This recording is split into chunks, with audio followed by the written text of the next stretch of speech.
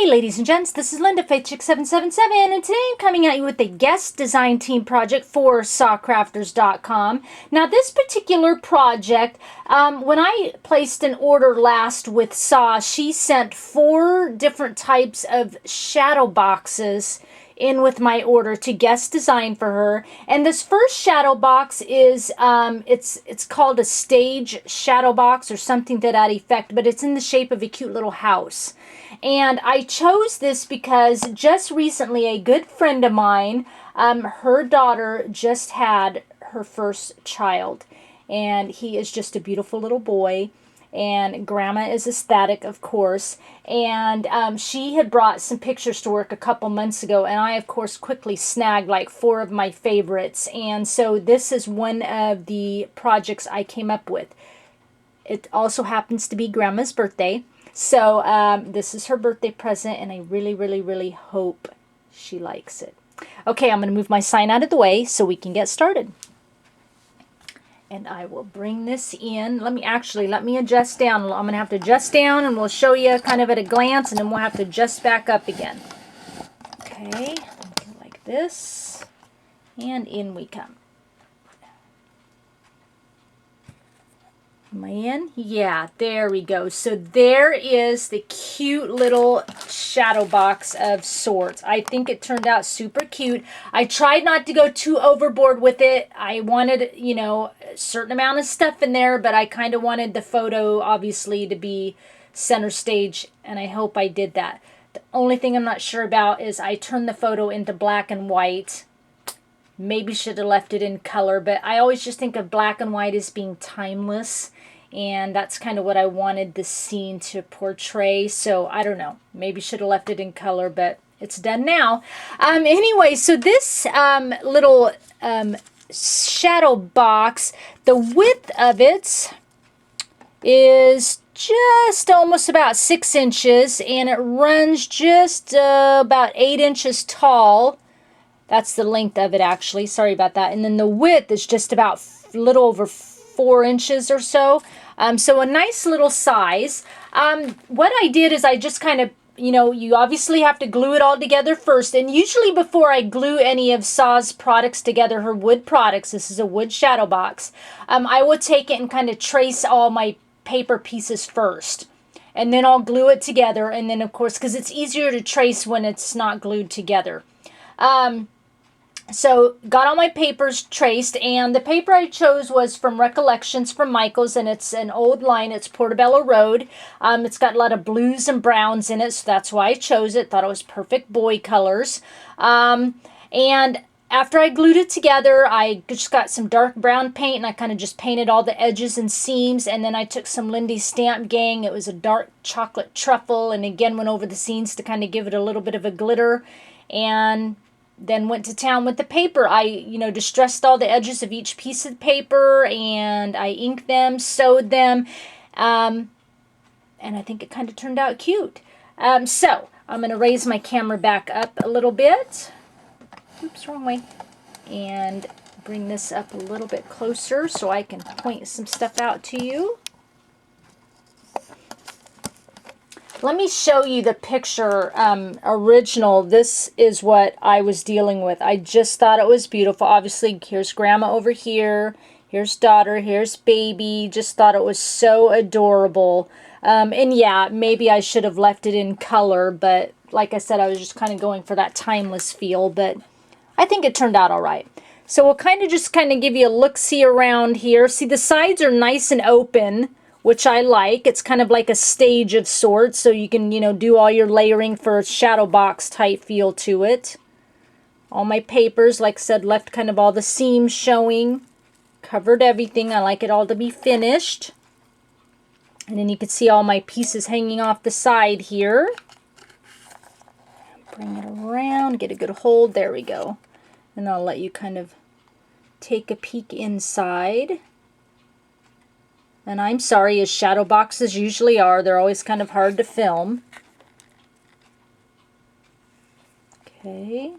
So the top, I just wanted a little bit on the top, Obviously, you know, blending in with the inside, but giving it something so it's not just plain. So on top, I had one of those Prima flower vines from the Engraver collection. So I kind of bent that over the top, and then I added some petaloo little burlap flowers in around it. And then this wooden piece, a wood sentiment, is from SaCrafters. It says unconditional. And then I added some beautiful glitter glass from Monet Bouquets. I just thought it kind of gave it a nice little elegant touch. Here's the other side. Nice and easy for the top, but that way when you're kind of looking at it, you see a little bit of texture going on here. In the center of it, I tried to pick things that obviously reminded me of like home, bringing home baby, you know.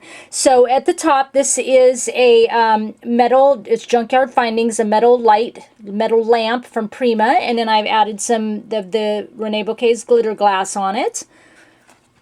And we come down to the bottom. What I did is I layered a row of flowers in the back that you're not going to be able to see, but I did that first so that I could start kind of layering all the stuff up on top of it and to bring it kind of out so it's not laying directly against the back of the shadow box. So on this side, I kind of started with one of those great big resin frames by Prima. Laid that on top of the flowers, and then I layered some more Engraver flowers here, and then I've got my other flowers are Wild Orchid Craft and then Petaloo flowers and, you know, more Prima flowers. And then I layered the picture on top of that, and I went around and I sewed around the edges of the photo to kind of give it that distressed feel. On the photo, I layered this wooden sentiment by SaCrafters. It says A Love Story, and I thought it was just the perfect title for that photo. Just beautiful. I thought it just kind of said it all. And I've got a lot of glitter glass in areas like on the title, down on the flowers and stuff like that. I've got a little metal heart gear, Ingville Bohm, tucked in the flowers there. I've got a beautiful light blue silk ribbon by May Arts. I tied into a bow and just kind of letting it hang off the side.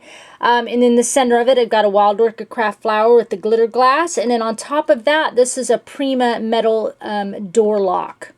Because, you know, door lock of your home, right? So, and then more glitter glass around that just to kind of soften it up a little bit.